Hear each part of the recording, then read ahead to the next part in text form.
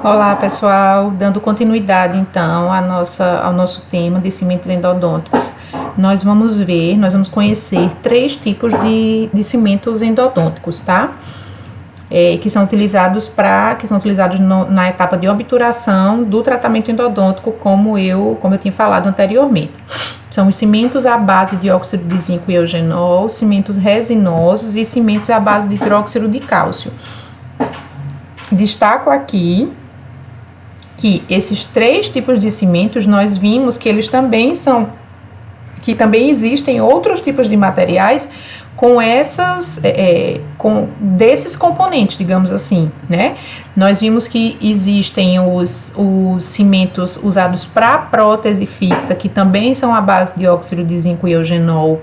Existe o material restaurador provisório, que também é à base de óxido de zinco e eugenol. E da mesma maneira, tanto os cimentos resinosos como os cimentos à base de hidróxido de cálcio, tá? O que é que vai diferenciar esse cimento endodôntico dos materiais restauradores ou dos cimentos de prótese fixa?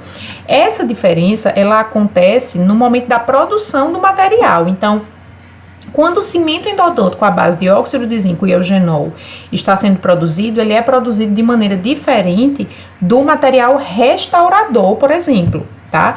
O material restaurador provisório de óxido de zinco e eugenol, ele é produzido, ele é fabricado de determinada forma que na hora que a gente vai manipular, ele vai ter uma consistência adequada para fazer restauração. Enquanto que na hora que esse cimento endodôntico à base de óxido de zinco e eugenol está sendo fabricado, ele vai ser fabricado de uma maneira que depois que ele seja manipulado, ele vai ter uma característica específica e importante, tá? Para que ele seja usado na endodontia. E assim para os outros dois materiais também, certo? Então, por que eu tô falando isso? Porque na hora que você tiver, pode acontecer uma certa confusão quando a gente está estudando os materiais aqui de maneira separada, né? Nós vimos primeiro os materiais restauradores no semestre passado, agora nós começamos a ver os cimentos, tá? Então, só que no consultório, por exemplo, todos esses materiais, eles vão estar juntos lá, guardados num armáriozinho, certo?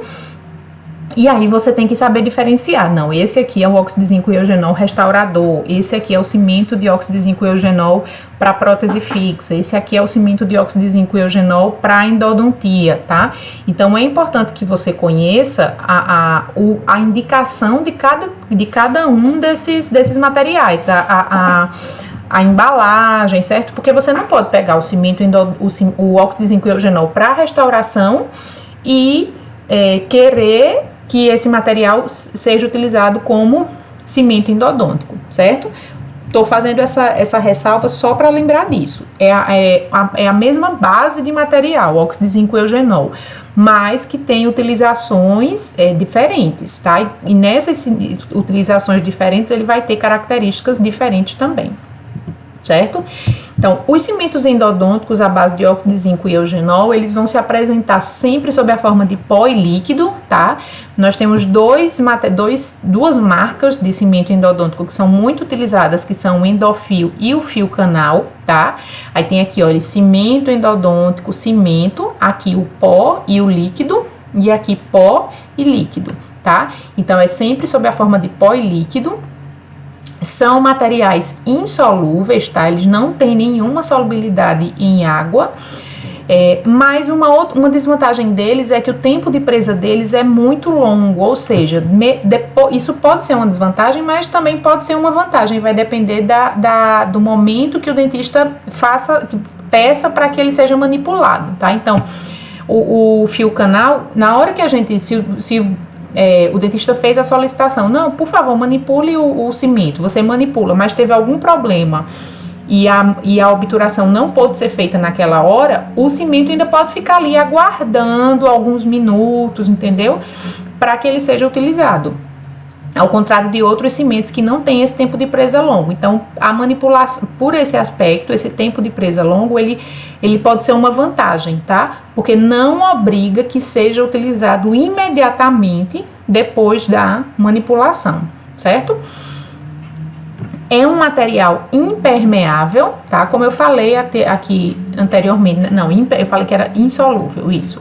Agora, ele também é um material impermeável, certo? Mas tem duas desvantagens importantes. Eles não têm uma boa aderência às paredes do canal, tá? Então, é muito importante que o cimento ele fique ali aderido, como se fosse um material adesivo, para selar bem, para fazer aquela propriedade do vedamento que eu falei na aula passada, né? Que é uma característica importante do cimento ideal. Ele tem que fazer o vedamento do conduto radicular. Só que o cimento à base de óxido de zinco e eugenol não faz esse vedamento de maneira muito satisfatória porque ele não tem boa aderência, tá? Além disso, ele é um material que pode ser irritante aos tecidos periapicais, tá? Então, se é um paciente que tem algum tipo de abscesso no ápice da raiz, nem sempre esse é o cimento que vai ser utilizado para que não haja uma maior irritação dessa região apical, caso tenha um abscesso, certo? Aqui, olha, é uma imagem em maior aumento de um cone de gutta-percha, e percebam que aqui o cone de gutta-percha ele já está imerso, né, já está misturado, digamos assim, com o cimento endodôntico, que é essa parte, né, que está aqui um pouco mais branquinho na imagem, certo? Então, esse é o cimento de óxido de zinco e eugenol. Os cimentos, no final a gente fala da manipulação de todos eles, tá? Porque a manipulação é semelhante. Os cimentos resinosos, gente, eles já têm uma outra característica que é eles podem se apresentar de duas formas diferentes. Ou eles são pasta-pasta, tá? São duas pastinhas diferentes, como o cimento de hidróxido de cálcio, para proteção do complexo dentino-pulpar, né? Aqui nos cimentos resinosos podem ser duas pastinhas ou então uma pasta e o líquido, certo? Cimentos resinosos, eles são muito mais biocompatíveis do que os cimentos à base de óxido de zinco e eugenol, certo? Tem uma característica de serem antibacterianos também. São materiais que escoam muito bem, tá? Ele tem um excelente escoamento ao longo do conduto radicular, além de que são adesivos, tá? Então, quando a gente compara os cimentos resinosos com os cimentos à base de óxido de zinco e eugenol, nós temos algumas vantagens desse material em relação ao material anterior, né? Ele é mais biocompatível, né? Até porque o cimento de óxido de zinco e eugenol, como eu falei, ele é irritante aos tecidos periapicais. Os cimentos resinosos são biocompatíveis, têm um bom escoamento, são antibacterianos e ainda promovem aquele vedamento que eu falei de maneira mais satisfatória, tá? E aí também só lembrando, esse aqui se apresenta na forma de pasta e pó e pode ser aquele pasta-pasta, né? Como eu falei, são duas pastinhas que a gente vai colocar um pouco na placa de vidro e vai manipular, tá? É importante observar aqui também, gente, que os cimentos resinosos, eles são esses AH, tá? E aí pode ser AH Plus ou AH26, certo? Mas isso aqui, quem define qual vai utilizar é o cirurgião dentista, tá? Então vocês não precisam se preocupar, mas só a título de conhecimento, AH Plus e AH26 são dois tipos diferentes de cimentos resinosos, tá? E por último, os cimentos à base de hidróxido de cálcio, certo? Esses cimentos à base de hidróxido de cálcio, eles já se apresentam na forma de pó e pasta, ou pó e resina, né? É aquela mesma bisnaguinha do anterior. É um pozinho e a bisnaga, pode ser pasta ou resina, da forma como você queira falar. É um material que tem baixo escoamento, tá? E aí essa é uma característica importante, né? Se a gente considerar a indicação do material. Como todo material de hidróxido de cálcio, ele é um material biocompatível e tem boa ação antimicrobiana, certo? Todos os materiais que têm o hidróxido de cálcio em sua composição são materiais biocompatíveis e antimicrobianos, tá? E ainda nós temos, esse é um material também que faz um bom selamento do ápice da raiz, certo? Ou seja, proporciona aquela característica de vedamento, que a gente sabe que é uma característica tão importante. Mas, por outro lado, como desvantagem, ele é um material solúvel, tá? Então, se acontecer qualquer tipo de problema durante a obturação, né? Caiu alguma umidade, enfim, qualquer circunstância de umidade, isso pode comprometer o sucesso do tratamento endodôntico, tá? Porque ele é solúvel e tem que ser um local totalmente isento de umidade, certo? Então, essas são as características do cimento de hidróxido de cálcio.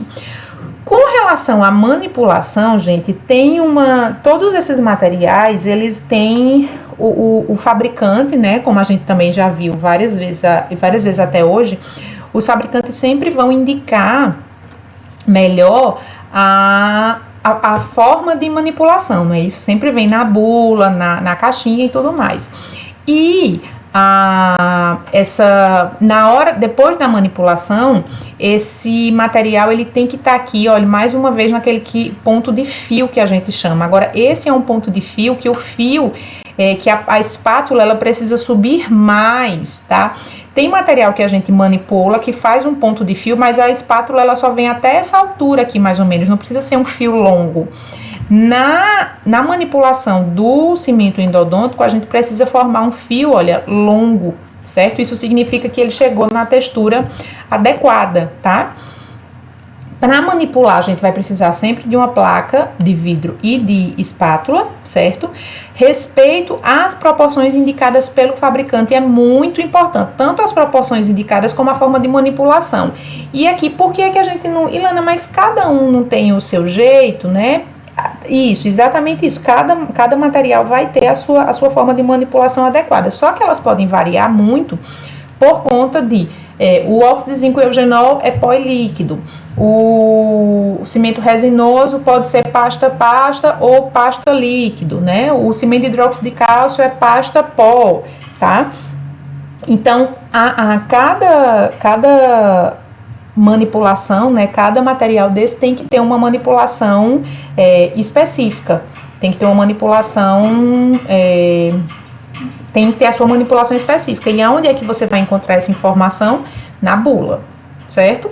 E o ponto ideal, como eu falei, é um fio de 2 a 3 centímetros, ou seja, ele vai um pouquinho... Aqui na imagem tá parecendo que é maior, né? Porque é uma imagem ampliada, mas ele é um ponto de fio que o material, que ele consegue, que ele estica mais, tá? Ele na espátula, a espátula consegue subir mais e o material fica aqui nesse ponto de fio alongado, digamos assim, certo?